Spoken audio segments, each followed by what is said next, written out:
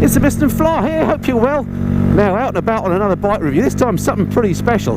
It sounds absolutely amazing. Today I'm riding the Mutt Mongrel, a bike you may not have come across before, but it's a really super cool looking little machine. Excellent value, built in Britain. Stick around, stay tuned, and I'll tell you all about it. Now, when I say built in Britain, there is a bit of a story. The parts for this bike, in particular the engine and the frame and some of the other key bits and pieces, are in fact Chinese made, but they're imported into a factory in Birmingham owned by Mutt Motorcyles, and they put these things together and they give them their own sort of custom spin, and they look absolutely cool as you like. So let me stop over here and I'll just show you this bike and show you what I mean. Okay, here she is. What a cool looking little machine. And as usual, let me get the iPhone rolling on this so I can give you a proper close look. Here we are then. So this is it, the Mutt Motorcyles Mongrel. Called that, I guess, because it is put together by these using the various parts from what were, possibly still are, Sinis motorcycles in China. Now I know these Chinese bikes get a sort of bad rap, but this thing is undeniably very cool. Just look at it. It's 125cc. It's 12 horsepower, so it's not going to, you know, get you into any great trouble as far as speed's concerned. 10 newton meters of torque, so a very low power, super friendly bike. Really wide bars and easy to ride actually. Seat height 780 millimeters, and the weight of it is 105 kilograms dry, so really, really lightweight. 12 litre tank. Comes with a 2-year warranty. And one of these brand new from the Birmingham factory, less than £3 grand. Absolutely amazing. Now they make these in all sorts of flavours. As I say, this is the Mongrel, but they also make various other flavours of it.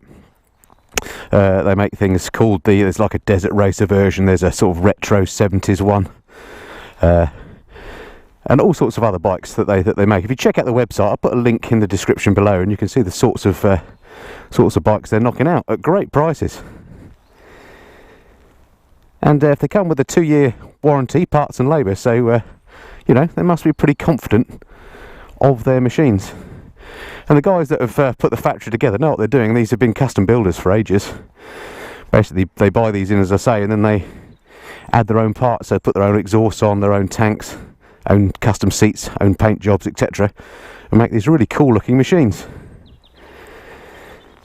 Let's just come in a bit closer to some of these features. So you get stuff like these, you know, these cool brown handlebar grips that are very much in with the retro scene. Amazing brown seat, custom made of course. Spoke wheels, the little engine, which is the 125cc. Don't know what it's out of, but potentially a copy of a Suzuki engine, don't know. One disc on the front, really cool headlight. It's even got a gear position indicator. Alright, that's enough of the walk round. Let's go and ride her some more, see how she feels.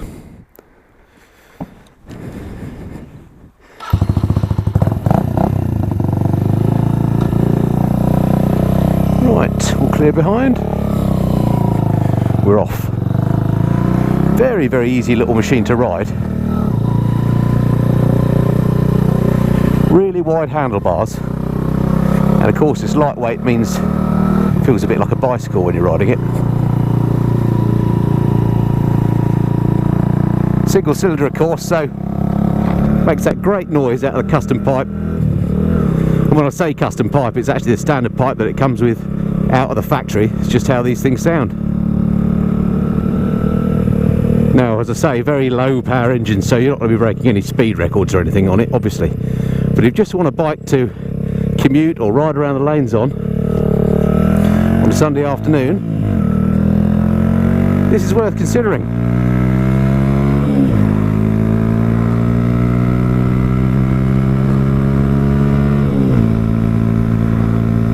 So comfort wise, very comfortable seats, nice and padded. I'm sitting well upright. I've got very wide bars. It feels like a much bigger bike than it actually is. And okay, I'm doing 40 miles an hour now, and it's feeling like I'm pretty much almost at that's about where it will go to. I know there is a 5th gear, or sort of an overdrive. I'm sure you'll be good for 55, but you certainly wouldn't want to take it on a motorway or anything like that. But that doesn't matter, because again, it's not a bike you're going to be doing long distance touring on. Suspension is adequate. It's on the hard side, but it's not all wallowy, so handling wise it actually handles really quite nicely for what it is. Mirrors, very stalky affairs, but they don't vibrate, they work absolutely perfectly well. Hope you can see okay. Let's just give you a little clean. It's a horrible day for bike reviews once again. I always seem to choose them. Right, let's turn around here. Brakes, it's got that single disc on the front. Let's come down this way.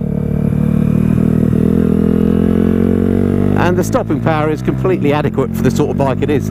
It's so lightweight you don't need stonking brakes, it's absolutely fine. I'll just check test the back brake, nothing much behind me. Yeah, back brake works fine. Throttle's got a really nice delivery actually. Feels really easy to ride. This would be a great bike to get if you're still learning actually, because it's really, really easy. What I like about this compared to say the Royal Enfield, which I rode a few weeks back, which I suppose you could argue is a similar sort of thing in that it doesn't pretend to be high tech, it's a basic motorcycle. This actually is much, much easier to ride. Gearbox is really nice, there's no clunkiness, it's not hard to get into gear. As I say, you've got this gear position indicator, which is really handy. Comfy, brakes work fine. Can't really see anything not to like. This is revving quite high on the idle. I suspect there's a choke or something that's set. I could do with just turning down. What a fiddle though. Right, let's come down this way and turn around. I don't want to get lost. And you don't have to have the all black affair, although it looks kind of mean and moody. They do some great hand painted variants as well. A lovely gloss British Racing Green version, as well as having bought the rights to the new Imperial name, which is an old Birmingham based motorcycle company that went out of business I think in the mid 1930s. They bought the rights to that name, they can use the logos and so on, and they've produced a couple of these models in the new Imperial name. They've even got a 400cc version, and I understand in the near future they're going to be bringing out a 250 and a 500 of this as well. So they're going to be well worth having a look at.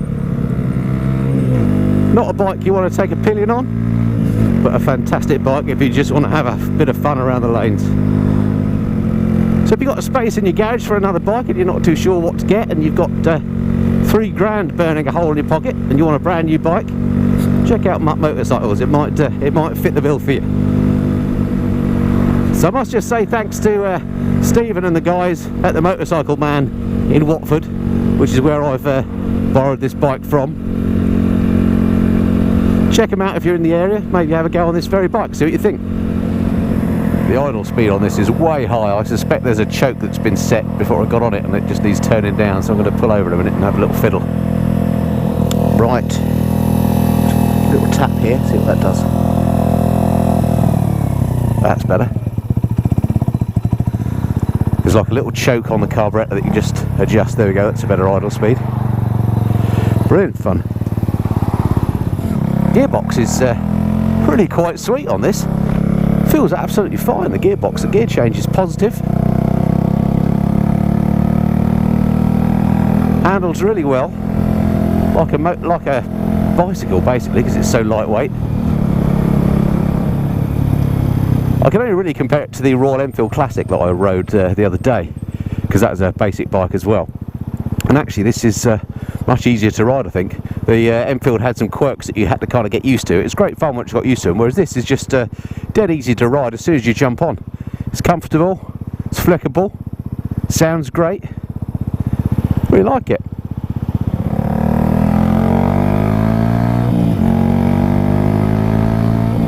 Thank goodness I've got my earplugs in.